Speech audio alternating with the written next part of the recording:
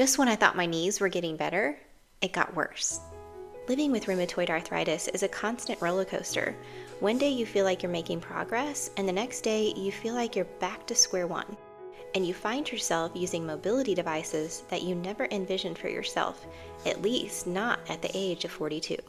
I've mentioned in my previous videos that rheumatoid arthritis is like a roller coaster. You have ups and then you have downs. My knees have really given me the most problem. Over time, I developed a Baker cyst and it has really affected my mobility to the point where I've recently had to use a wheelchair. And it's only in longer distance walking, like if we're going to an outdoor festival or we're going to be doing a lot of walking, like at shopping or something like that, then I will need a wheelchair.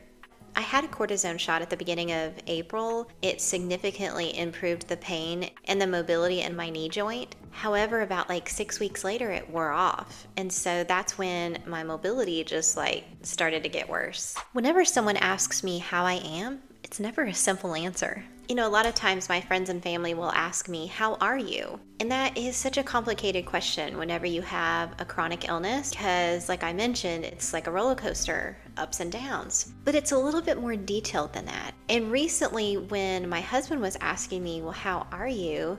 I thought, well, it depends on what you're specifically asking about. Then I decided to create 5 categories to explain how do I really feel. And you probably feel the same way. When someone asks you, how are you? It almost feels like a loaded question. Like, how do you answer that? It's difficult. So anyway, here are the 5 categories. Number 1 being my energy level. Fatigue is a huge part of RA. One day I have more energy and the next I don't. Some days the fatigue is near debilitating. That's one category. If you ask me, how are you? If I'm having a good energy day and I don't have as much fatigue, I'm not even going to be thinking about it. But if I'm having severe fatigue that day, that's going to be the first thing on my mind. When you ask, how are you? I'm going to say, wow, I feel really, really tired right now. I have no energy. So that's category 1. Number 2 category is my pain intensity, my pain level. So I could be feeling pain in my toe joints, or my knees or hips or hands or shoulders. It just depends. And the location of the pain changes. So the pain level intensity and the location can change minute to minute. I mean, it's just crazy. It's hard to explain. Number 3 is my mobility status. How long can I walk without my cane? How long can I walk without needing a wheelchair? The mobility status is also a huge one because there have been times where I've been walking around my house and I've needed my cane in my house. Because this is all new to me, it's just kind of crazy. And then other times I only need it when I've been walking for maybe 5 or 10 minutes and then I need it. The mobility status of what type of mobility device do I need, or how well am I hobbling around, or am I limping, that sort of thing. Do I have pain in my foot or my ankle or my knee or my hip? That would be causing those mobility issues. So that's another category too that can just fluctuate a lot.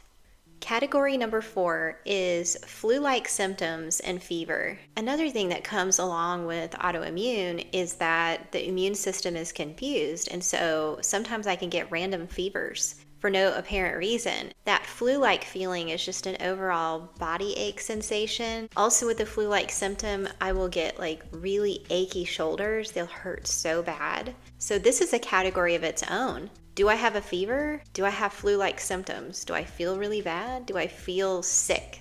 That's just its own category. If someone were to ask me, how are you doing? And lastly, category number 5 for me is my emotional well-being. Chronic illness can take a toll on your mental health. Most days, most of the time, I am very positive.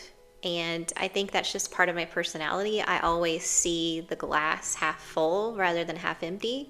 I'm always looking on the bright side, looking for the silver lining or the reasoning around something. I'm always very super hopeful, hoping for the best outcome, that sort of thing. I have a very positive mindset for the most part. But, when my mobility status or my mobility issues are pretty severe, or my pain is pretty severe, or my fatigue level's really bad and I can't do my normal household chores or things that my family depends on, then that does affect my emotional well-being. That can be very overwhelming and frustrating. It's almost like it's a constant battle just to stay balanced. I highly recommend looking into virtual counseling because it's super helpful. Sometimes you can have mental roadblocks and you're not even aware of it, of what is causing you to think in a certain pattern, and just being free of that is so amazing. So I highly recommend taking care of your mental health. So these are my 5 categories that I like to think about whenever someone asks me, how are you? I'm curious if you have any more of your own categories that you would consider very important for you in your day-to-day if you have a chronic illness like RA. So comment below and let me know. Sharing my experience while going through this difficult disease helps me to cope, and it helps me to connect with you. I've had a few subscribers that have commented and shared some amazing tips and helpful information, so I am so thankful for you if you are one of those. And if you haven't clicked subscribe yet, please do, so you can keep up with me and my journey. And I would love to hear from you and know about how you're doing as well. You can click on the next video about the backstory of my diagnosis and the crazy situation I went through with my symptoms and finding the right doctor. I'll see you there.